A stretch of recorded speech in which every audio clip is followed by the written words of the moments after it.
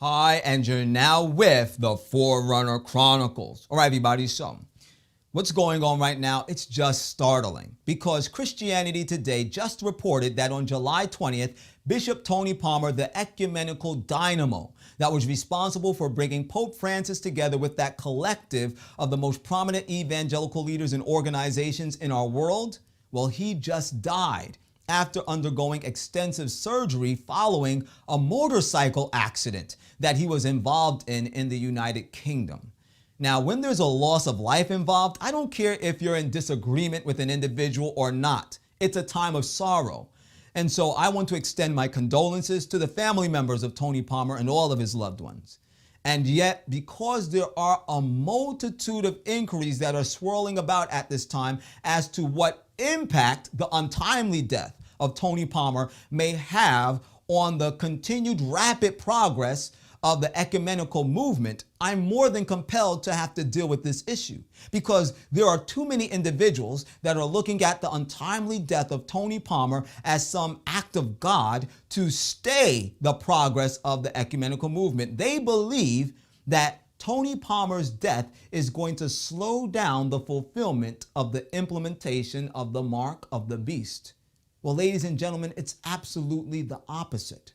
The death of Tony Palmer can only act as fuel on the fire to bring about the ecumenical movement at a greater pace and therefore bring about a situation where the mark of the beast can become a reality sooner than when we first believed. You see, if you remember 3 months ago, when Tony Palmer stood before that convention hall filled with leaders from the evangelical churches, he stated that he believed he stood there before them in the spirit of Elijah to accomplish the prophecy of Malachi chapter 4 verses 5 and 6, which is to turn the hearts of the fathers unto the sons and the hearts of the sons unto the fathers. And guess what? In a very perverted sense, he did fulfill that prophecy.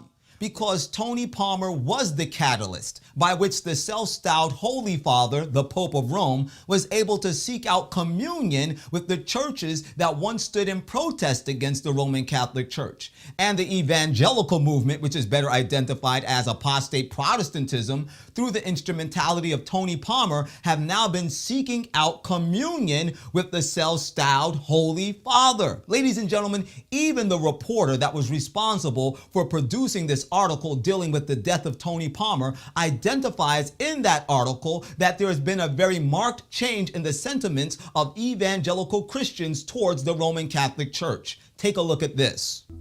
This recent article published by Christian Today reporting on the death of Tony Palmer also evaluated the relationship between evangelicals and the Roman Catholic Church in view of the recent meeting that they had. And it was stated that this meeting is all the more remarkable since not too long ago, conservative evangelicals in North America were inclined to view the Catholic Church as the great whore of Babylon and the Pope as the Antichrist. The evangelical leaders were not only impressed by the simplicity and warmth of Pope Francis's welcome, but they clearly had a fellowship in Christ that has been lacking in the past. Which brings to the forefront the very biblical and prophetic relevance of this issue. Because the Bible tells us in the book of Revelation chapter 17 and verse 5, and upon her forehead was a name written, Mystery Babylon the Great, the mother of harlots and abominations of the earth. Now, this woman in Revelation chapter 17 and verse 5 is a prophetic symbol of the Antichrist power, the papacy led out by the Pope. Notice she's called the mother of harlots, meaning she has many daughters that are harlots just like herself. So what we're looking at is not the heart of the father being turned unto his sons, but rather we're looking at the heart of the mother harlot being turned unto her daughters, which are whores just like herself. And ladies and gentlemen, apostate Protestantism never went too far down the road from the papacy because they always stayed joined to her at the hip through the false doctrine of Sunday sacredness, which does not have its origin in the Bible, which Protestants profess to believe in. Remember sola scriptura? Remember that? Rather, Sunday sacredness has its origin with the papacy. Tony Palmer's death can be more influential in bringing about the ecumenical movement than any other act that he could perform in his lifetime, because you and I know There can be family feuds. There can be fractures in your family. Your family can be scattered all throughout the globe. But there is nothing that can bring a fractured family back together better than a funeral. And as you will see, in just a few short days from now, the death of Tony Palmer is going to do just that. You know, I wonder if it's possible. As the Bible said in the book of 1 Thessalonians chapter 5 and verse 3, for when they shall say peace and safety, then sudden destruction cometh upon them as travail upon a woman with child. I wonder, is it possible that just a few short months ago, Tony Palmer's calling for peace and starting in motion this rapid ecumenical process has been the means by which destruction has suddenly come upon him? It's something to think about. And it's definitely something to forewarn all of us, especially those of you out there that are leaders in this evangelical movement, that are leaders in this ecumenical process. Be forewarned. If God is not with you, he is certainly going to stand against you. I want you to know something. A few short years ago, as I was working as a door-to-door evangelist, God put it in my heart to take literature and take his gospel door-to-door in the community in which I lived in and in communities abroad. I went to one building. It was a large building.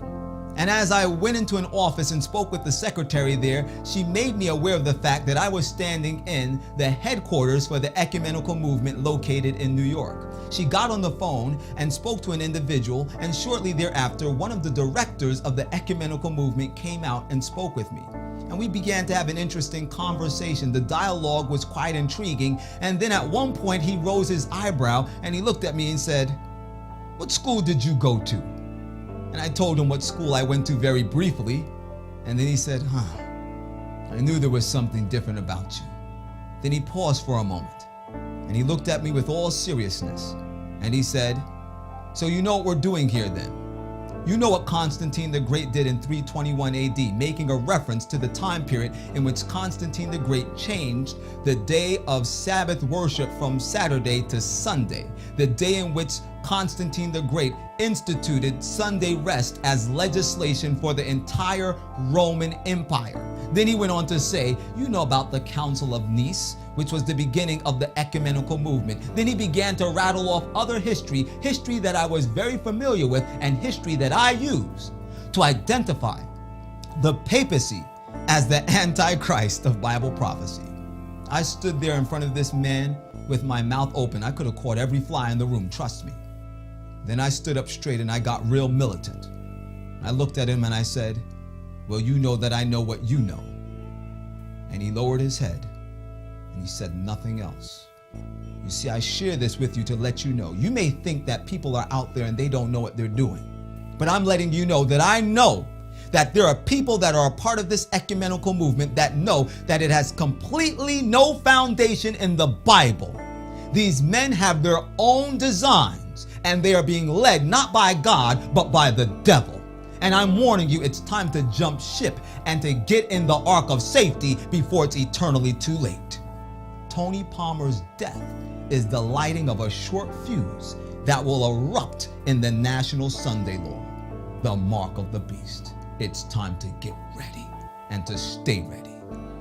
As always, this is the Forerunner. Whether you like it or not, the truth is the truth.